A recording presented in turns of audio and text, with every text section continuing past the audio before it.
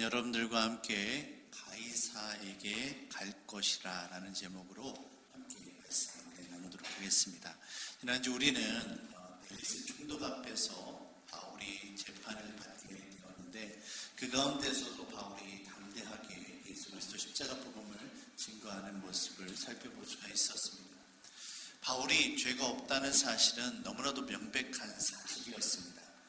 벨릭스는 바울을 무죄로 풀어주어야만 했습니다. 하지만 유대인들과 정치적인 그런 협력 관계에 있었던 벨릭스는 바울을 풀어주지 않습니다. 그저 바울에게서 부정한 돈을 더 받아낼 수 있을까 하는 마음으로 자주 불러서 바울의 이야기를 들었을 뿐, 바울을 통해서 아무리 예수님의 십자가 복음을 들어도 벨릭스는 예수님을 믿지도 바울을 풀어주지도 않습니다. 그렇게 시간이 흘러가게 되어지고요, 2년이라는 시간이 지나가게 됩니다. 바울이 2년 동안 이 가이사랴 감옥에 갇혀 있게 되는 거죠. 이 말씀을 묵상하며 이런 생각을 해보았습니다. 하나님께서는 왜 바울을 곧바로 풀어주시지 않으셨고 그 감옥에 2년 동안 갇혀 지내게 하셨을까라는 생각을 해보았습니다. 여러분, 왜 그러셨을까요? 하나님은 저와 여러분들의 인도자가 되십니다. 아멘이십니까? 주님께서 선한 목자가 되어주셔서 오늘도 분명히 저와 여러분들의 인생을 책임지고 인도해 주십니다. 그런데 간혹 이런 경우가 있어요. 하나님께서 나의 인생을 붙잡고 인도하시는 것은 분명 틀림이 없는 사실인데 왜 이렇게 더디게 응답하실까? 왜 하나님의 역사하심이 바로 즉각 나타나는 것이 아니라 왜 이렇게 우리로 하여금 기다리게 만드는 것일까라는 그런 답답함을 느낄 때가 있게 되어집니다. 우리가 기도하면 하나님은 바로 응답을 하십니다. 우리는 하나님의 응답이 바로 임하기를 원하죠. 물론 때에 따라서는 하나님께서 즉각적으로 응답하시는 경우도 있습니다. 하지만 대부분 어떻습니까? 거의 대부분 저와 여러분들로 하여금 하나님의 때, 하나님의 방법을 기다리라라고 말씀하십니다. 여러분, 왜 그럴까요? 저와 여러분들을 사랑하시는 하나님께서 바로 즉각적으로 응답하시는 것이 아니라 우리로 하여금 기다리게 하시는 데에는 분명 이유가 있을 겁니다. 이유 없이 그러실 분은 아니다라는 거죠. 저는 그 이유 가운데 하나가 바로 저와 여러분들로 하여금 하나님의 은혜를 진정 하나님의 은혜로 받아들일 수 있도록 우리를, 저와 여러분들을 준비시키고 훈련시키기 위함이다라고 생각이 되어집니다. 여러분, 봄에 씨를 뿌릴 때 곧바로 딱딱한 땅에 뿌리지 않습니다. 딱딱한 땅에다 뿌리면 씨가 싹이 나지 못해요.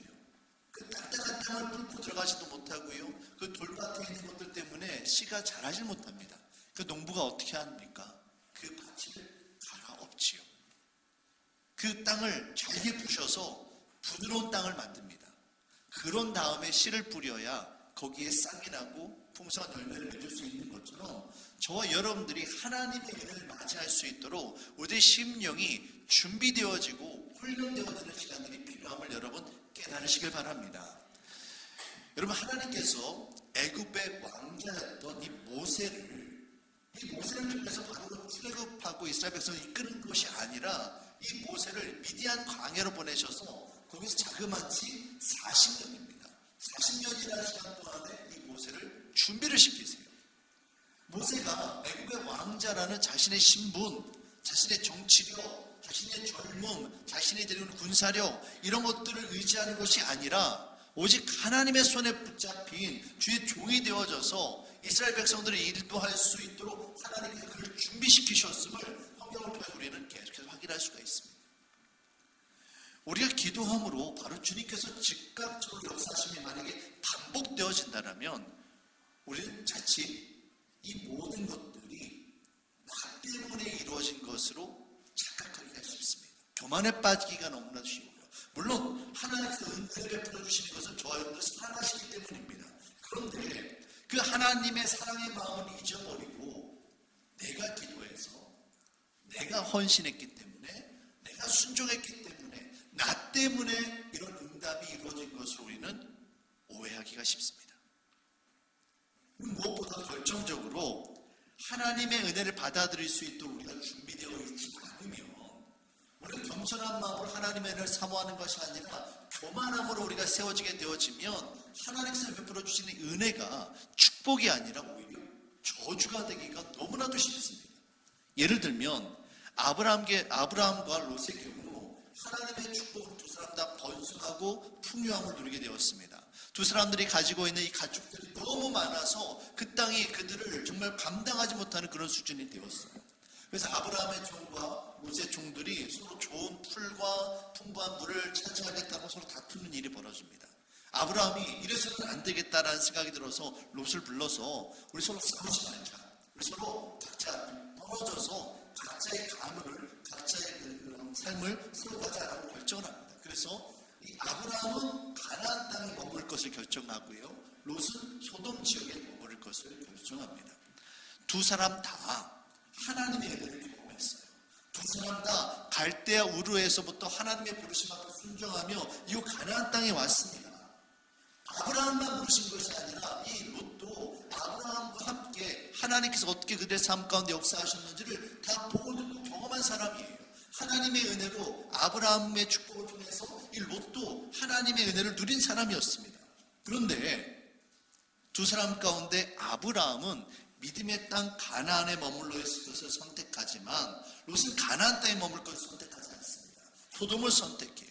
소돔을 선택한 결정적인 이유가 무엇입니까? 그 땅이 마치 여호와의 동산 같았고 애굽처럼 물이 많고 땅이 풍족했던 그런 이유 때문에 믿음이 믿음이 아니라 세상의 물질을 더 좋아해서 롯이 소돔 땅을 선택하게 되어지죠.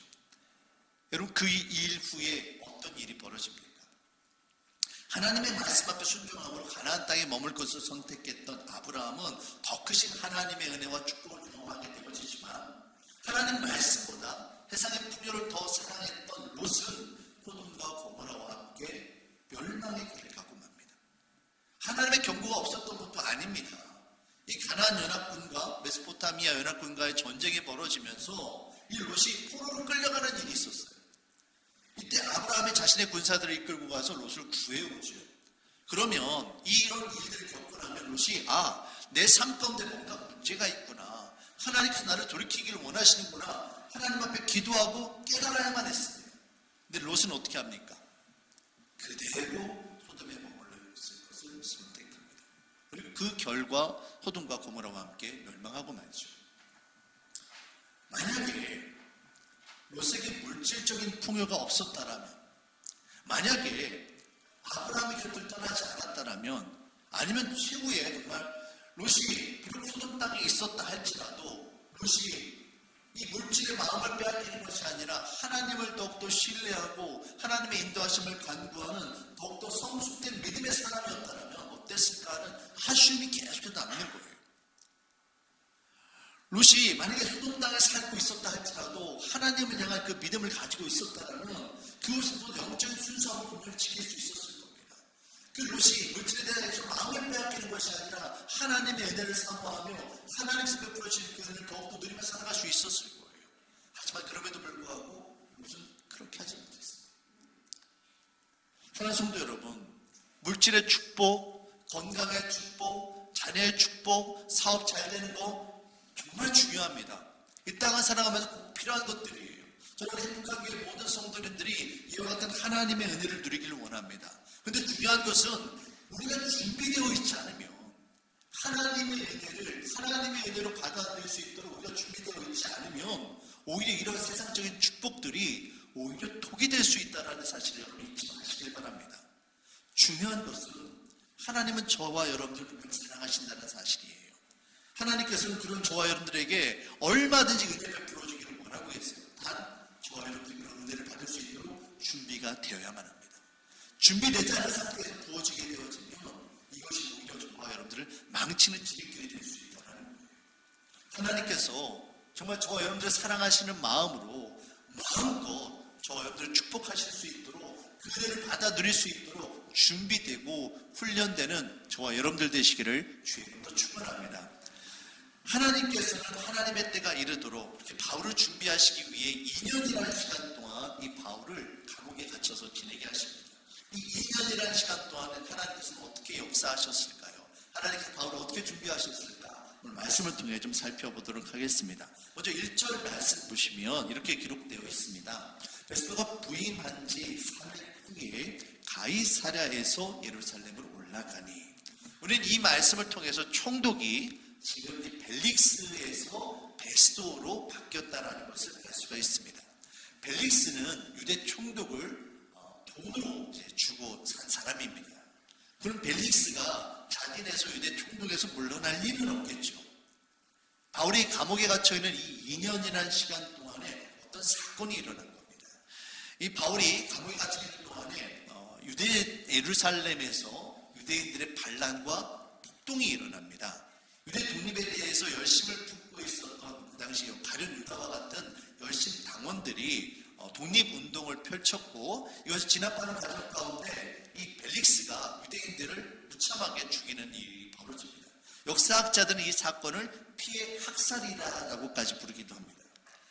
로마 정부에서는 유대 땅에서 반란이 일어났는데 벨릭스가 정말 너무나 많이 무참하게 죽어서 이 반란이 더욱더 거세게 일어나는 겁니다. 도저히 어쩔 수 없어서 로마 정부에서는 벨릭스를 총독의 자리에서 물러나게 하고 새로운 베스토를 총독으로 임명한 거예요. 유대 지도자들은 바울이 반란과 폭동의 우두머리다라는 죄로 고발을 했는데, 정작 다른 사람들에 의해서 이 바울이 감옥에 갇혀 있는 동안에 다른 사람들에 의해서 예루살렘에서 폭동이 일어난 거예요. 이 일로 인해서 벨릭스가 총독에서 물러난 거죠. 참 하나님의 역사하심은 신비롭습니다. 우리 이 사건을 통해서 바울은 가만히 있었지만 그럼에도 불구하고 바울이 유대 반란과 폭동과 전혀 상관없는 사람이다라는 것을 다시 한번 하나님께서 증명해주고 계시다라는 것을 알 수가 있죠. 결국 벨릭스가 총독에서 이제 물러났고요. 이처럼 어수선한 상황 가운데 베스토가 상대 총독으로 임명됐습니다. 그러면 베스토 입장에서 지금 가장 우선순위가 여러분 뭘까요? 성난 민심을 가라앉히는 겁니다. 이 유대인들과 함께 이야기 나누고 그들이 정말 원하는 것이 무엇인지 그것들을 들어주면서 그들을 정말 진정시키는 게 베스토의 입장에서는 가장 중요한 일이었어요. 그래서 베스토는 그 예루살렘 가이사에 부임한 지 3일 만에 예루살렘으로 곧바로 올라갑니다. 우리는 이 3일이라는 것이 하루 이틀 3일 지나서 그 다음에 간 것으로 이해합니다만 성경의 표현은 그렇지 않습니다. 첫째 날에 가이사랴에 도착하고 둘째 날 잠깐 쉬었다가 3일째에 예루살렘으로 가는 거예요.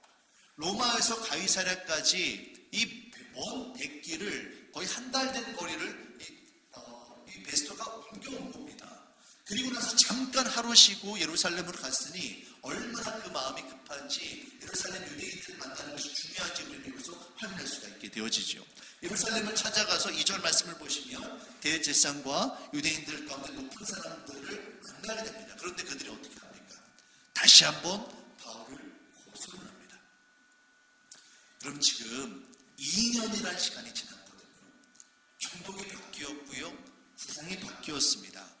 하지만 그럼에도 불구하고 여전히 대제사장과 유대인들은 바울을 계속해서 고소하고 계속해서 죽이려고 했습니다. 그들은 하나도 달라지지 않았습니다. 아니 오히려 더욱더 자신들의 그 아집과 자신들의 교만함으로 더욱더 딱딱해져 있다는 것을 우리는 알 수가 있습니다.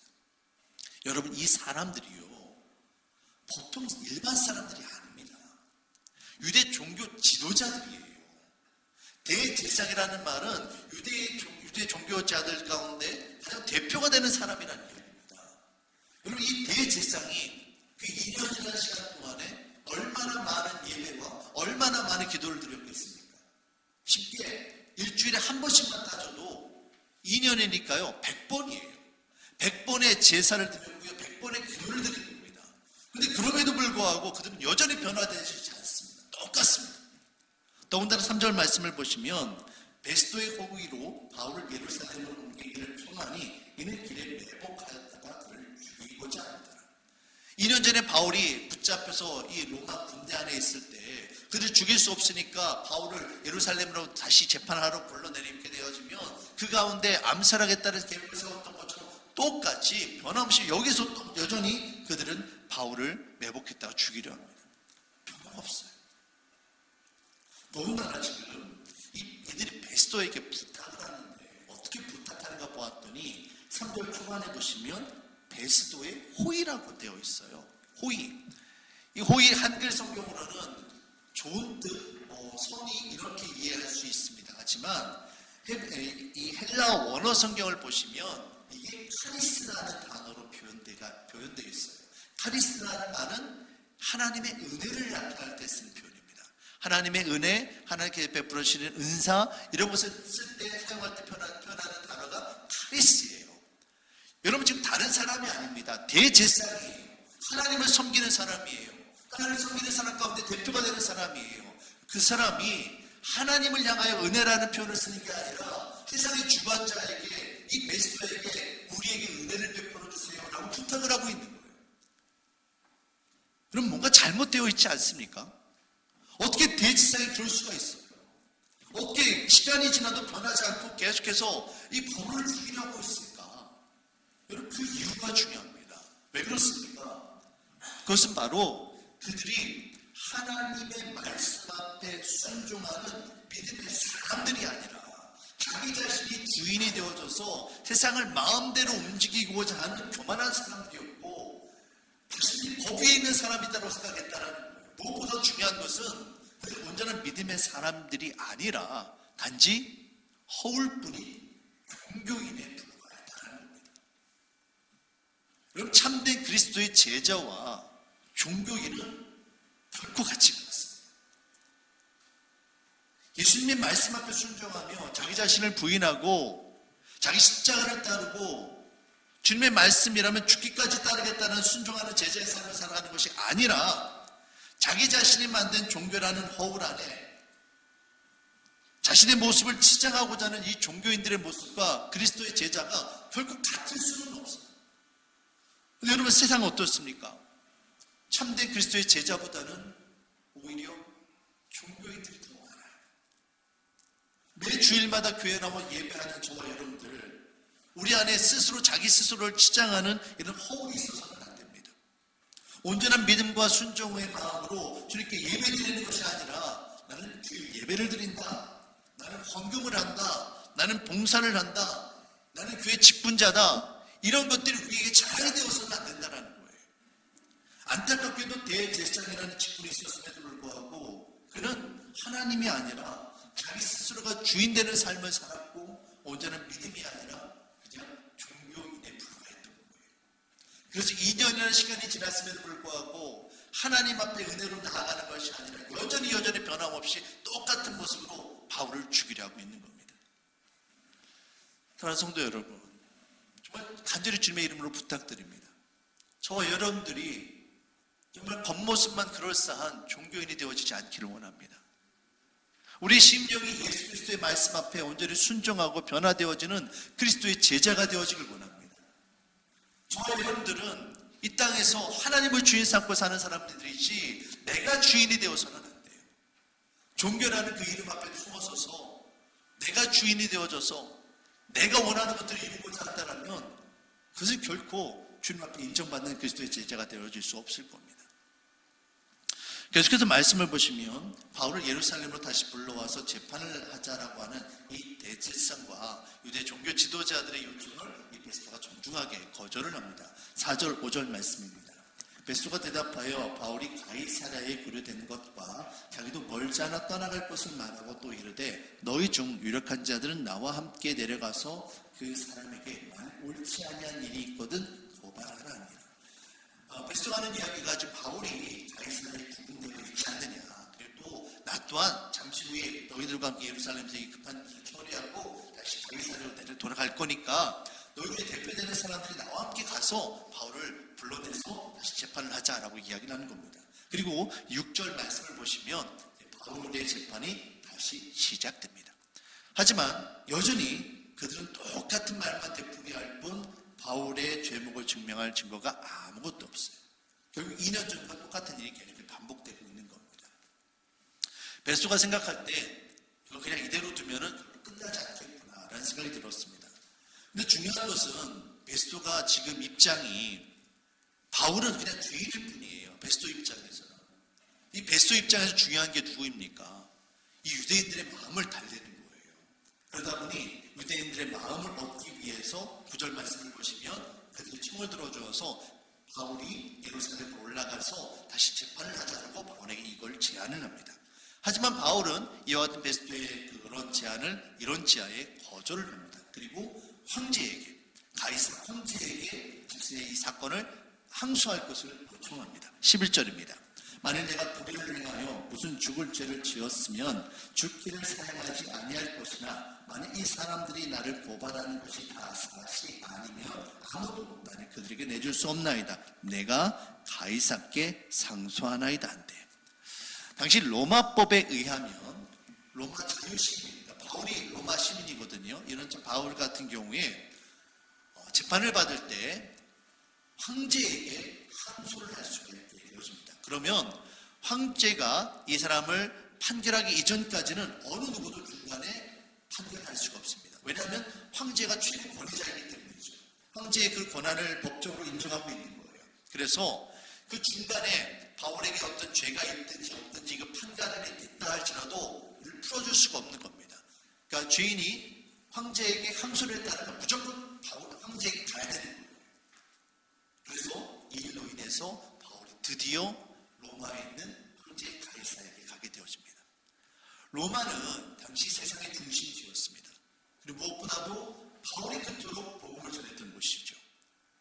하지만 바울이 그곳에 가고 싶었지만 여러 번 실패를 했었습니다. 그런데 이제 하나님의 손에 이끌림 되어져서 로마 군사들의 보호 가운데 황제에게 가서 복음을 전할 길이 열려지게 되는 거예요. 이것이 여러분 그냥 우연히 되어진 게 아닙니다.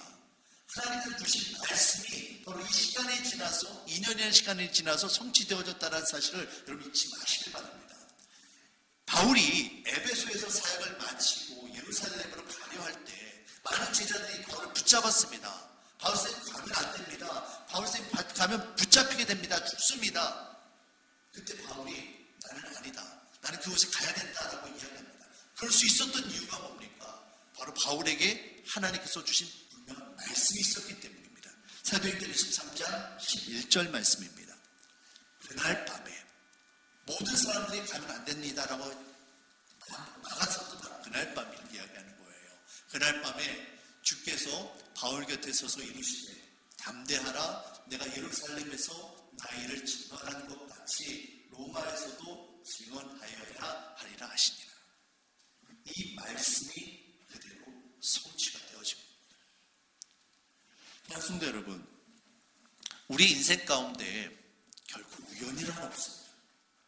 모든 것이 하나님의 섭리하심과 하나님의 인도하심 가운데 이루어지는 일임을 여러분 깨달으시길 바랍니다. 중요한 것은 저와 여러분들이 이와 같은 하나님의 인도하심을 믿고 신뢰하며 그것을 기다릴 수 있느냐라는 거예요.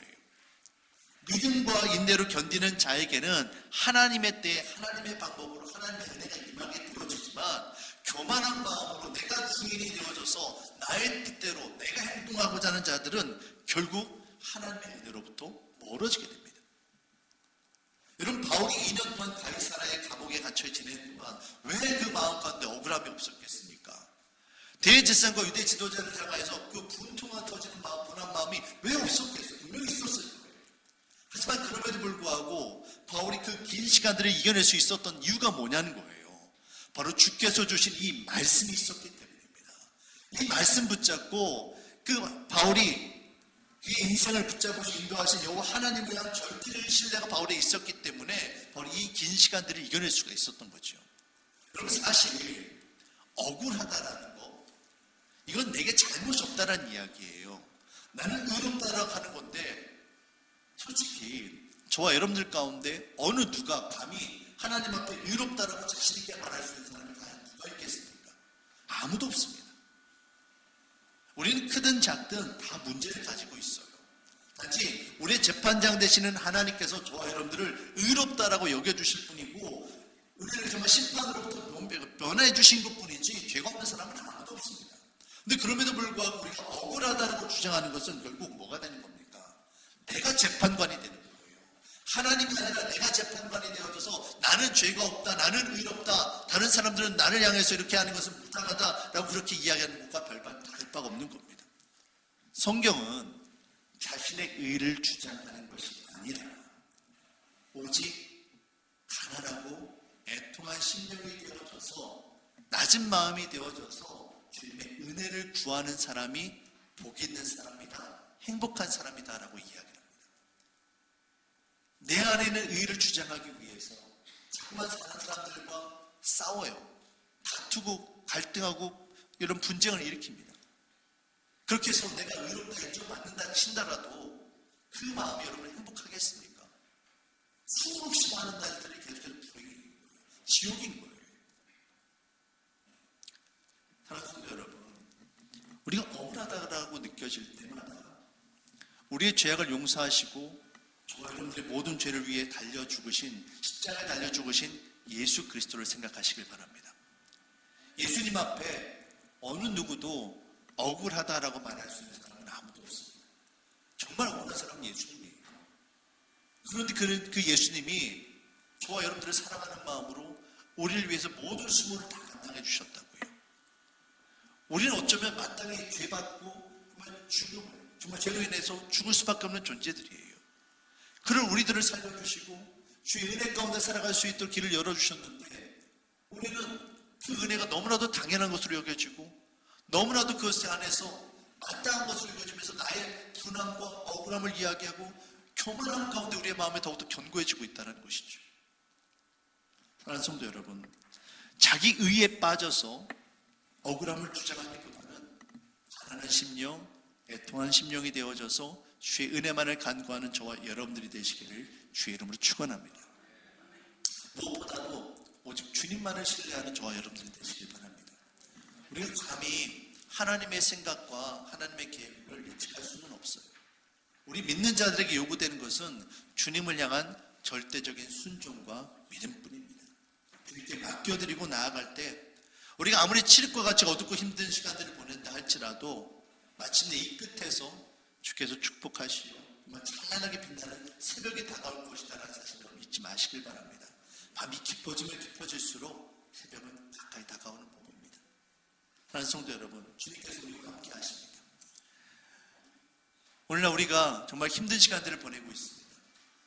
정치적으로도 경제적으로도 특별히 사람 사이에 서로 갈등하고 시기하고 정말 분쟁이 나눠지고 이런 어지러운 세상 가운데 우리가 살아가고 있어요. 언제쯤이면 이 모든 것들이 끝나고 우리 가운데 평안함이 올까? 정말 막막하기만 합니다. 하지만 우리는 하나님이 우리의 삶의 주인이심을 고백합니다. 하나님이 반드시 하나님의 때에 하나님의 방법으로 인도하실 겁니다. 우리 단지 주님의 인도하심을 간구하며 그때를 맞이할 수 있도록 우리가 준비되어져야만 합니다. 저 여러분들이 오직 믿음으로 주의 은혜 가운데 훈련되어지고 준비되어질 수 있기를 주의 이름으로 축원합니다. 마지막으로 로마서 8장 28절 말씀 함께 읽고 모든 말씀을 마치도록 하겠습니다. 같이 읽습니다. 우리가 알거니와 하나님을 사랑하는 자 곧 그의 뜻대로 부르심을 입은 자들에게는 모든 것이 합력하여 성을 이루느니라. 아멘. 하나님 주님 정말 감사합니다. 오늘 우리들의 삶 가운데 정말 너무나도 답답함이 있고 언제까지 이런 시간들이 계속되어야 되는지 정말 막막할 때가 있습니다. 그러나 그럼에도 불구하고 우리 삶의 주인 되시는 여호와 하나님만을 의지하며 믿음으로 견뎌나갈 수 있도록 인도하여 주시옵소서. 하나님, 이 시간들을 거치면서 우리의 믿음이 더욱더 정말 견고해질 것이고 오직 주님만을 신뢰하는 믿음의 백성들로 세워질 것입니다. 하나님, 우리에게 주의 은혜를 베풀어 주시옵소서. 감사드리며 예수님의 이름으로 기도합니다. 아멘.